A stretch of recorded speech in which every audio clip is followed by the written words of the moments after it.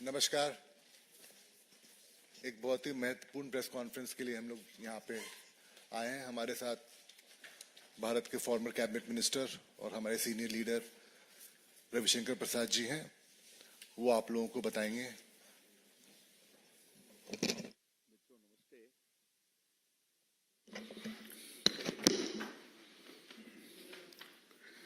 एक विषय बहुत गंभीर है जिसको राष्ट्रीय स्तर पर बहुत प्रभावी रूप से लेने की जरूरत है।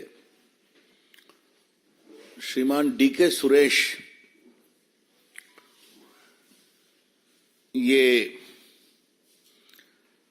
वहां के जो उप मुख्यमंत्री हैं उनके छोटे भाई हैं, कर्नाटक के। वे लोकसभा के एमपी हैं। इन्होंने एक वक्तव्य दिया है कि कर्नाटक के साथ नाइंसाफी होती है बजट वगैरह में, तो हमें एक अलग देश की मांग करनी पड़ेगी। उनके शब्द में,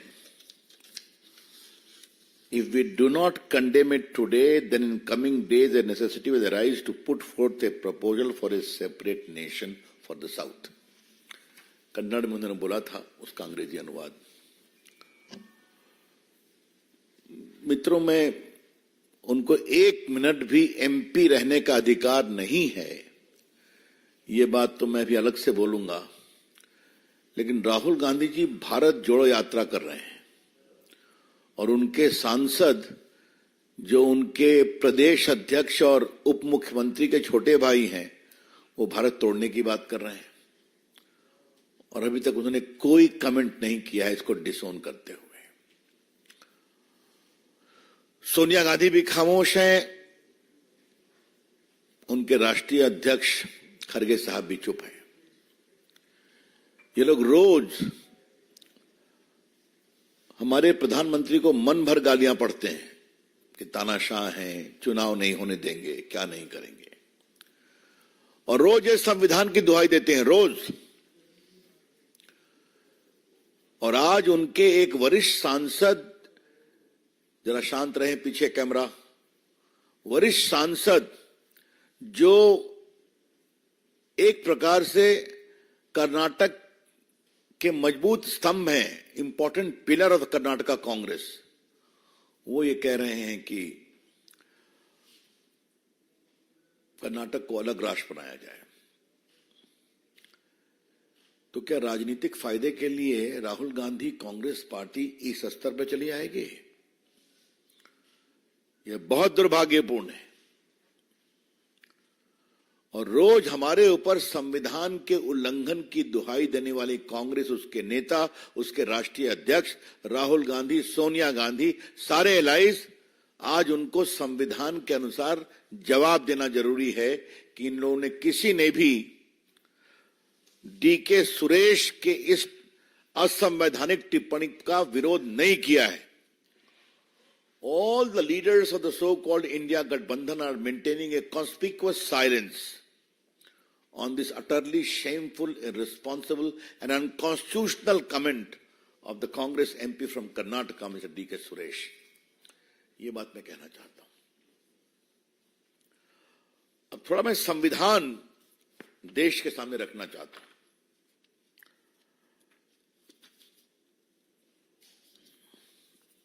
आर्टिकल 1 में पढ़ता हूं संविधान का।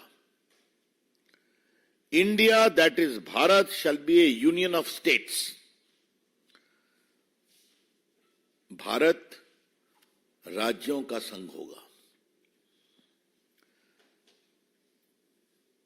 The states and the territories thereof shall be specified in the first schedule।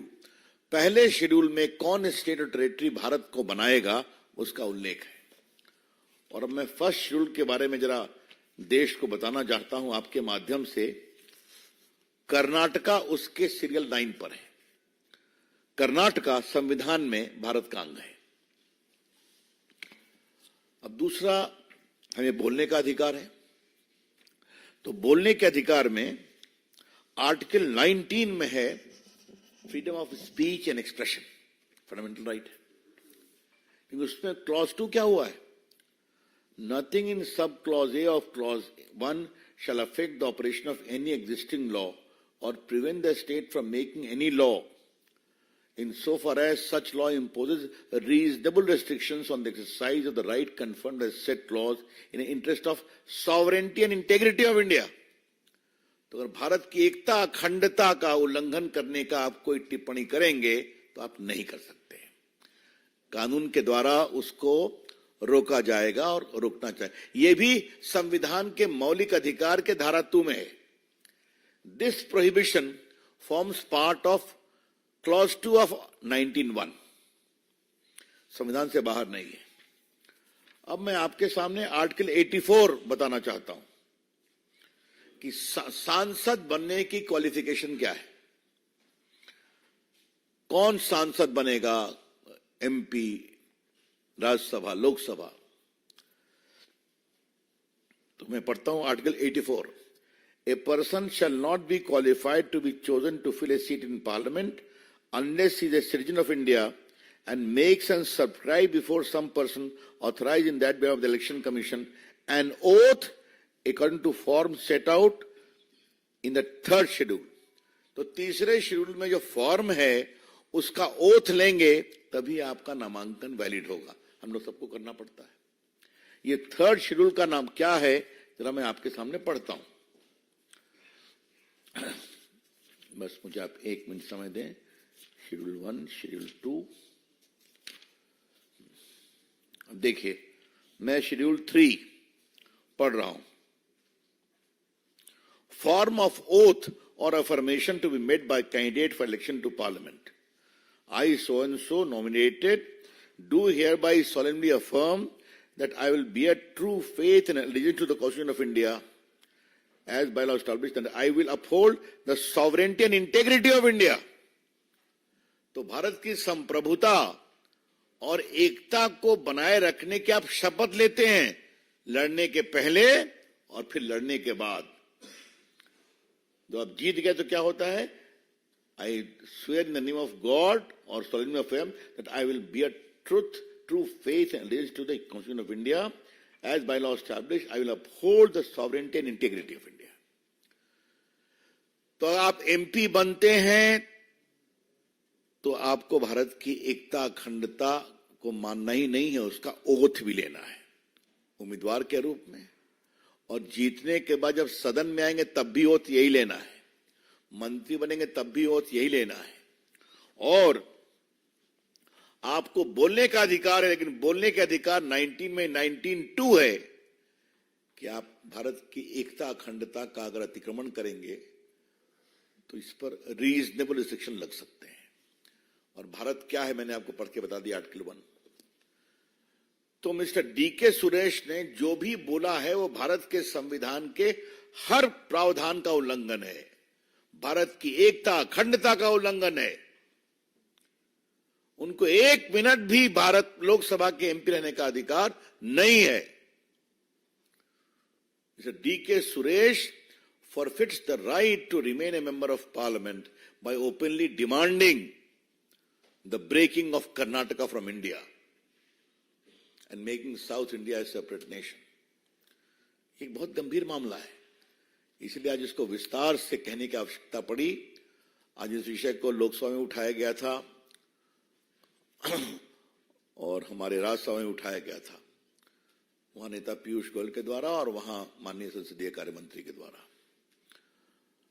और वहां भी मैं सीधा कहूंगा, मैडम सोनिया गांधी क्या आप माफी मांगेंगी? राहुल गांधी क्या आप माफी मांगेंगे? और खरगे जी, रोज जो आप मोदी जी पर क्या क्या नहीं कहते कि फासिज्म है, इलेक्शन नहीं कराएंगे, आप माफी मांगेंगे? क्या इनको सस्पेंड करेंगे? ये हम बड़े सवाल उठाना चाहते हैं, क्योंकि ये भारत की एकता और अखंडता पर इतना गहरा आघात किया गया है और कांग्रेस पार्टी खामोश है। ये डिप्टी सीएम के भाई हैं, इनके पास 338 करोड़ की संपत्ति है। ये मैं नहीं कह रहा हूं, जब चुनाव लड़ रहे थे तो उन्होंने डिक्लेयर किया है। तो अच्छे भले आदमी है पैसे के मामले में, ठीक है, उनका निजी मामला है, वो काफी कुछ चलता है उनके परिवार में, अलग विषय को भी चर्चा करेंगे।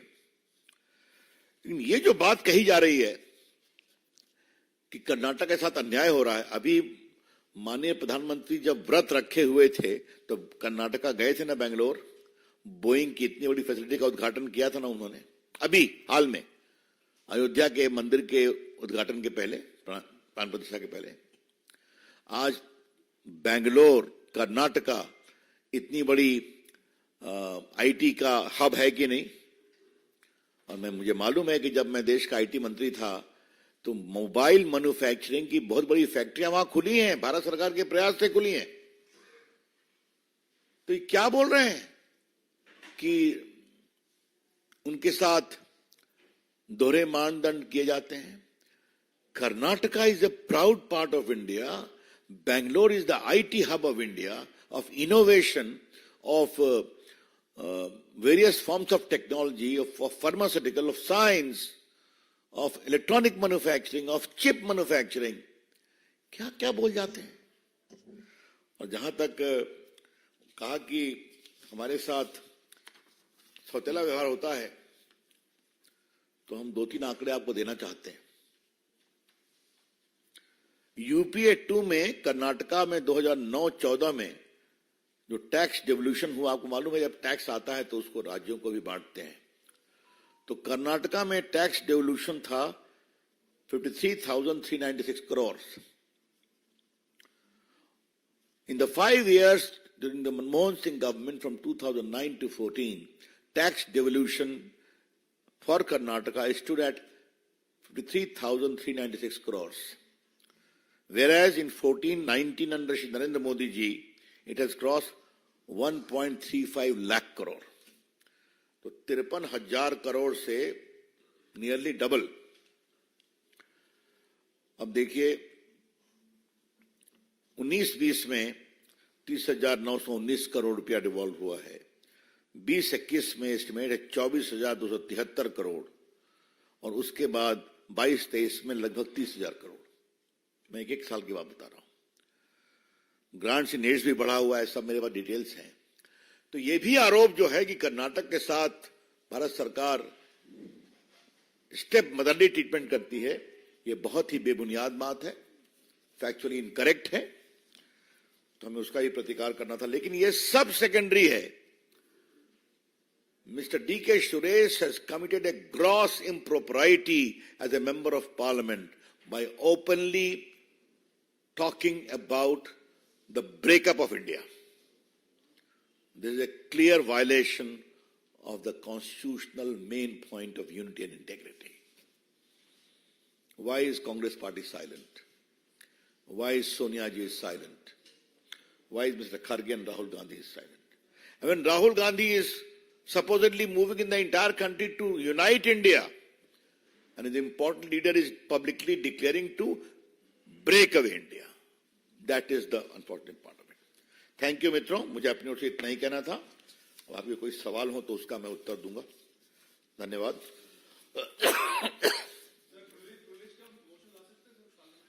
वो तो स्ट्रैटेजी की बात है।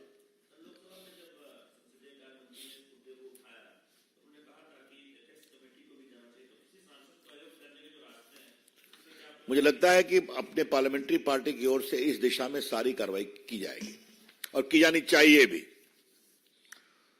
अभी तक उन्होंने माफी भी नहीं मांगा है। हाँ, बिल्कुल।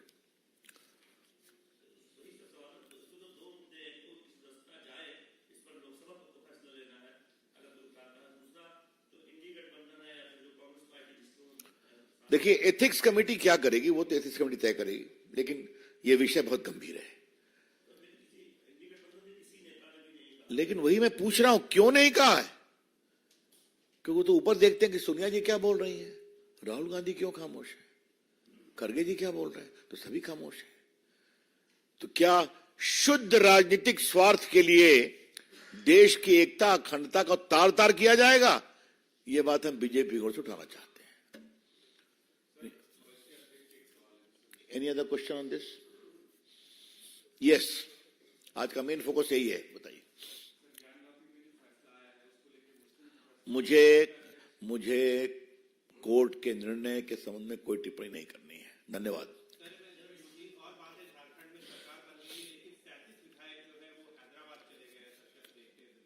अभी आप मुझसे क्यों पूछ रहे हैं भाई? ये सवाल उनसे पूछिए ना कि मुख्यमंत्री बन गए, सरकार बन गई, मंत्री शपथ ले लिए, तो क्या गाड़ी हिलडुल रही है क्या?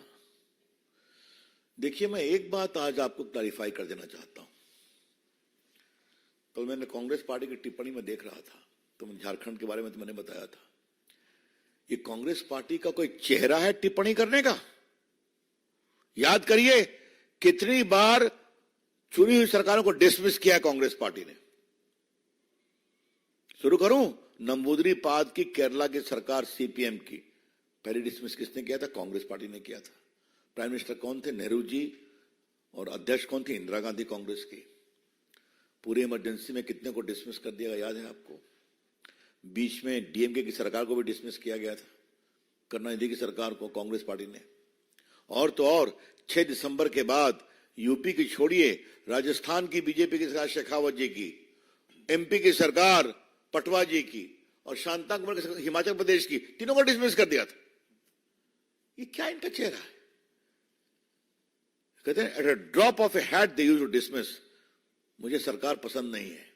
और दक्षिण भारत की बात करने वाले लोगों को, मुझे टी अंजैया को राजीव गांधी ने हैदराबाद एयरपोर्ट पर क्या बेइज्जत किया था बताने की जरूरत है क्या? तो ये लोग हमसे सवाल पूछते हैं, कांग्रेस के लोग, जिन्हें संघवाद का, विपक्षी सरकारों का एक प्रकार से असंवैधानिक रूप से डिसमिस करने में क्या कीर्तिमान स्थापित किया था, हमसे सवाल पूछते हैं। आज तो देखिए, गवर्नर साहब ने शपथ दिलाया, 10 दिन का मोहलत दिया है, जो सुप्रीम कोर्ट का मैंडेट है। साबित करिए। तो अगर साबित करने के लिए आपको हैदराबाद ले जाना पड़ रहा है, तो क्या मामला है? चलिए, धन्यवाद।